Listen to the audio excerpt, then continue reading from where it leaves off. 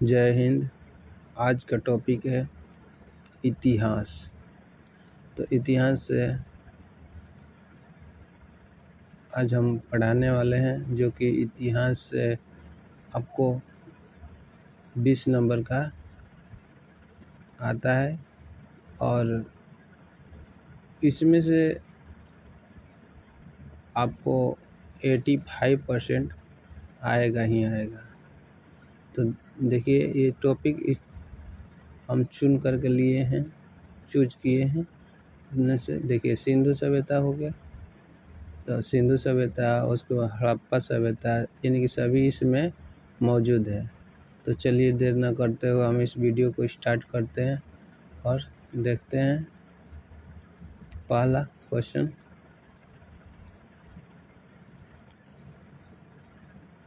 पहला हमारा है, यह सभ्यता सिंधु नदी के तट पर मिली थी, इसलिए इसे सिंधु सभ्यता कहते हैं। जो ये सिंधु सभ्यता है, ये कहाँ मिली थी? सिंधु नदी के तट पर मिली थी। ये सिंधु सभ्यता सिंधु नदी के तट पर मिली थी, इसलिए इसे हम सिंधु सभ्यता कहते हैं।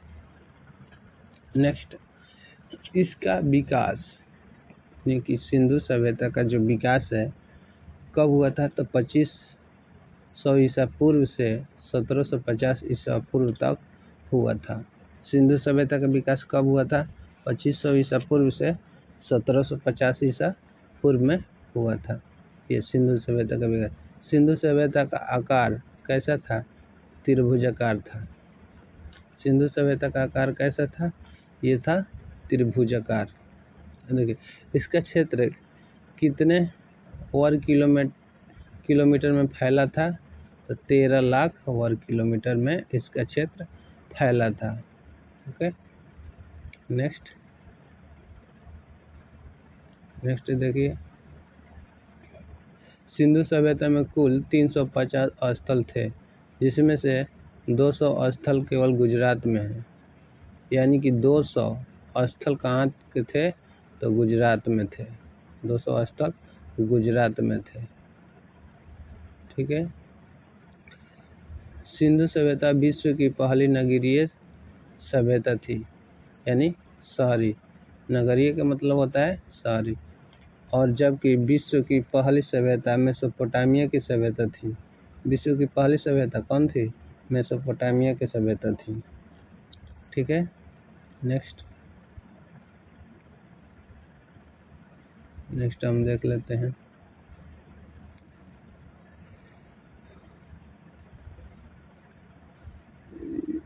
सिंधु सभ्यता की जानकारी सबसे पहले किसने? चार्ल्स मैसन ने कितना? 1826 ईस्वी में दिया था। चार्ल्स मैसन। सिंधु सभ्यता की जानकारी सबसे पहले किसने दिया था? तो चार्ल्स मैसन ने। कब दिया था? तो 1826 ईस्वी में दिया था। सिंधु सभ्यता का सर्वेक्षण जेम्स कनिंघम ने कितना ईस्वी में? तो 1853 ईस्वी में किया।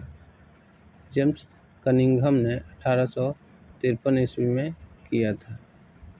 ओके,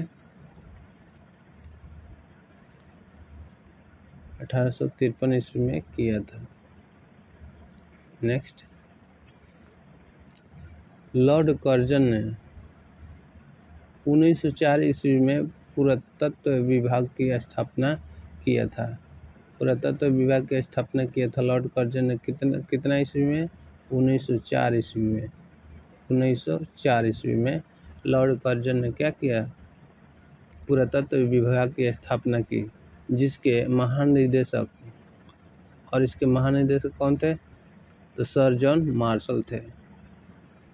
पुरातत्व विभाग की स्थापना लॉर्ड कर्जन ने किया और इसके महानिदेशक थे सर जॉन मार्शल थे। सिंधु सभ्यता की पहली खुदाई दयाराम साहनी ने की थी। किसने किया था?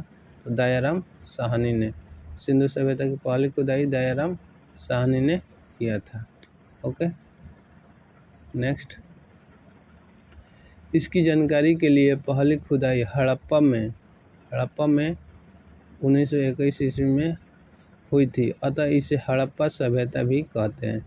यानी कि हम सिंधु सभ्यता को हड़प्पा सभ्यता कहते हैं। कितना ईस्वी में? 1921 ईस्वी से हम सिंधु सभ्यता को हड़प्पा सभ्यता कहते हैं। सिंधु सभ्यता का नामकरण किसने किया था? जॉन मार्शल ने किया था। सिंधु सभ्यता का नामकरण किसने किया था? जॉन मार्शल ने किया था। इस सभ्यता को कांस्ययुगीन सभ्यता भी कहते हैं, क्योंकि इसी समय कांस्य की खोज हुई थी। सिंधु सभ्यता को कांस्ययुगीन सभ्यता क्यों कहते हैं? क्योंकि इसी समय कांस्ययुगीन सभ्यता कहते हैं, क्योंकि इसी समय कांस्य की खोज हुई थी। जब कांस्य की खोज हो गई तो सिंधु सभ्यता को हम क्या कहने लगे? कांस्ययुगीन सभ्यता। ठीक है। और सिंधु सभ्यता को ही हड़प्पा सभ्यता कहते हैं। सिंधु सभ्यता को क्या कहते हैं? हड़प्पा सभ्यता। और एक नाम है कांस्ययुगीन सभ्यता। कांस्ययुगीन सभ्यता और हड़प्पा सभ्यता, यह दोनों हम कहते हैं। ठीक है। नेक्स्ट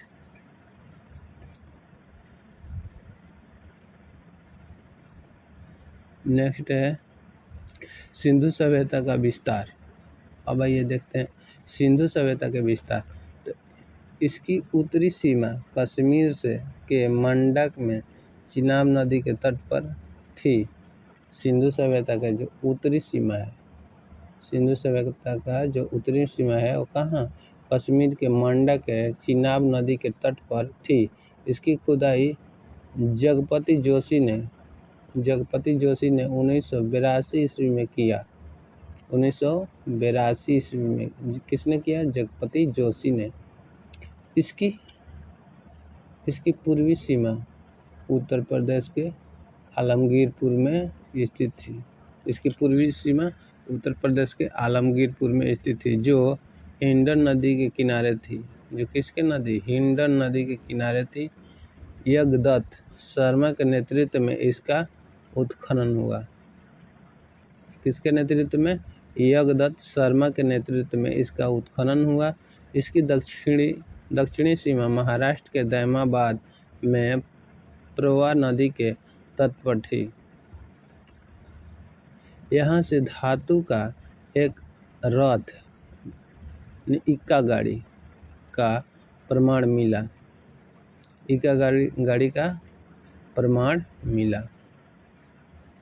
ठीक है।